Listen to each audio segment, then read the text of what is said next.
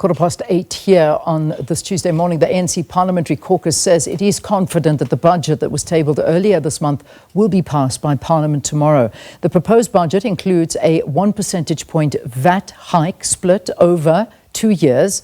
Now, Democratic Alliance leader John Steenhuisen is yet to announce whether his party will back the national budget. There was a press briefing scheduled to take place at 8:30 by the DA this morning. That has now been postponed or cancelled. We wait to hear more on that one. But to tell us a little bit more about these negotiations, we've got the ANC Chief Whip, Mdumiseni Ntuli, with us this morning. It's good to have you, Chief Whip. Thanks very, very much for joining us here on the programme. Good morning, Leanne, and good morning to the viewers of Morning Live, and thank you very much for having us on your programme. So negotiations obviously ongoing, and last night there were rumours, or there was some speculation coming up that agreement was reached between the GNU partners. Can we assume with the postponement or cancellation of an announcement from the DA that there was no official agreement reached last night? Well, I don't know the DA's plan, Leanne. What we did as ANC, right from the day when the minister presented the budget, we set up a team which is engaging with all political parties to find a common ground and to secure a consensus such that by the time the budget is considered by the Portfolio Committee and the sitting, we have a broad consensus to adopt the budget as Parliament. In our own view, that work has been proceeding very well, with all parties in the GNU coming on board very effectively and making constructive contributions, except the Democratic Alliance, which, as you all know, has issued a very long document in which, among other things, they are setting as conditions that the government must review long-adopted legislations, including NHI, Expropriation Act, and many others, which we don't agree with.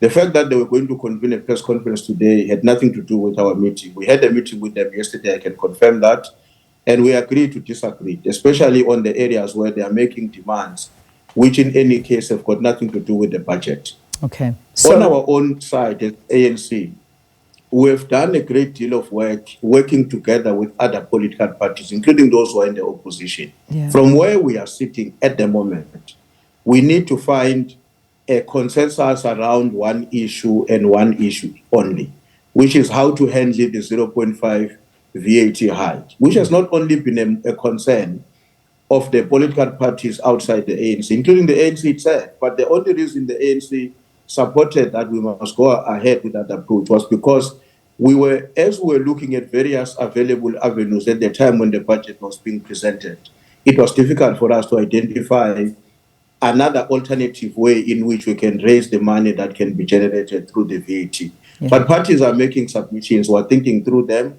and I think we're coming to a point where we are almost on the verge of finding a solution of how to get around the VAT hike in order to adopt the budget. All right, so let's break this down, because I do keep talking about the DA because they are, between the two of you, the biggest partner in this GNU. And of course, it is needed to go through that all of you are on the same page so that we actually see this budget voted in tomorrow. But the line that sort of is sticking out for us here is John Steenhuisen saying time is almost up. Last night, the ANC refused to finalise an agreement on growth and spending reforms, imperiling the GNU. The DA will oppose the budget unless and until a written agreement is reached. Where's the sticking point here? The agreement on growth and spending reforms. Can you perhaps elaborate on that? What's happening there?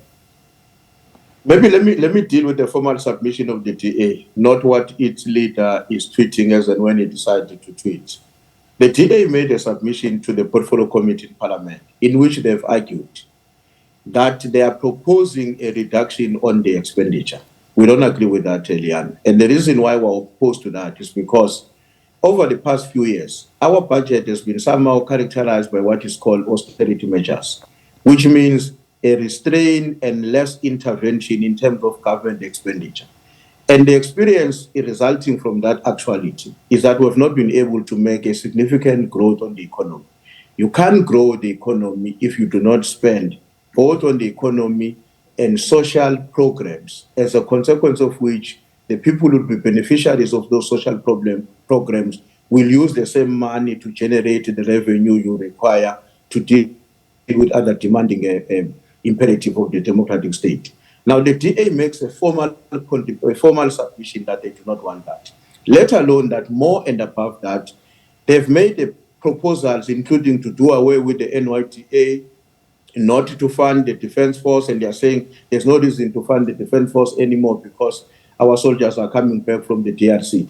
And when we debated this matter a few weeks ago, the argument was that the defense force is less funded and this is not desirable. When the minister is intervening, there's an opposition to it. They are proposing some strange arrangements in which the Deputy Minister of Finance, who happens to be a member of the DA, must be assigned certain responsibilities. What does that have to do with the budget? And that is why we said to them yesterday, we don't think you are reasonable. In any case, we don't think you have properly studied this budget and we have properly done alternatives in order to understand that this budget, one, is geared towards growth. There's massive investment in infrastructure, water, energy, Transnet, and all of those things that you need in order to gear up economic growth. You are also intervening in the situation which we have now, where our health facilities are without enough personnel, let alone the medication that is required for them to run in a sustainable way, including the Department of Education. If we are opposed to that, and we are claiming to represent a budget that is supporting growth, how come are you proposing that there must be cut on expenditure? How are you going to grow the economy if you cut the expenditure? There's no logic in that. And that is why we took a position that this proposition has got nothing to do with the agenda to grow the economy, but more to do with the ideological position of the Democratic Alliance. Okay. So, but we're in a position now where these negotiations have been going on for about 48 hours. We're just over 24 hours until we actually see the houses gathering together to vote on this budget. And the DA have been very emphatic in saying that they are not going to support this VAT increase. No matter what happens, they're not going to support it unless, of course, there is a middle way that is met. Have you looked outside GNU partners to get this passed? Are there other negotiations taking place? Liana, we have not looked outside because the DA is saying they're not going to support the budget. Right from the onset, we decided that we're engaging with all political parties because this is a national budget. It's not a budget of the GNU. It's not a budget of the ANC. It's a national budget. If you don't pass this budget, there are national imperatives that are going to be disrupted by your failure to pass the budget because you are caught up in what we call parochial partisan political considerations. So with or without the DA, we are ready, we are determined to ensure that where we need to make certain consensus, to secure consensus with political parties represented in Parliament, we're going to have to take that route. And I'm saying to you, at the moment, there is a broad consensus on the budget in its current structure and form. The only issue we are refining between now and 10 o'clock is what to do with the VAT hike. And this is not just been a concern of one political party. It's a concern of many economists who have commented on this budget. It's a concern of COSATU. It's a concern of the workers in our country and many people who have said, but if there's a VAT hike, how guarantee are we that it is not going to have a negative impact on the interventions we are trying to do to boost and raise the economy? That is the area in which, with the rest of the political parties, are applying our minds now. Okay. And of course, because the DA has got a long list of unreasonable expectations, they are not part of that constructive conversation. What they decide to announce in public today is their own decision. The ANC and the rest of the political parties represented in Parliament, we are determined to ensure that the budget of this country goes to a portfolio committee, discussed, agreed with whatever, any amendments, if there are any reasonable amendments that must be done, and taken to Parliament for endorsement tomorrow. We would be opposed to anyone who is advancing a perspective that there must be a reduction on expenditure and that we must do away with some of the departments, including the NYTA, in order to ensure that we raise money for purposes of this budget. Okay. We can have that discussion, but it can't be conditioned to the budget today and tomorrow. All right. ANC's Chief Whip, Mdumiseni Ntuli, talking to us here on Morning Live.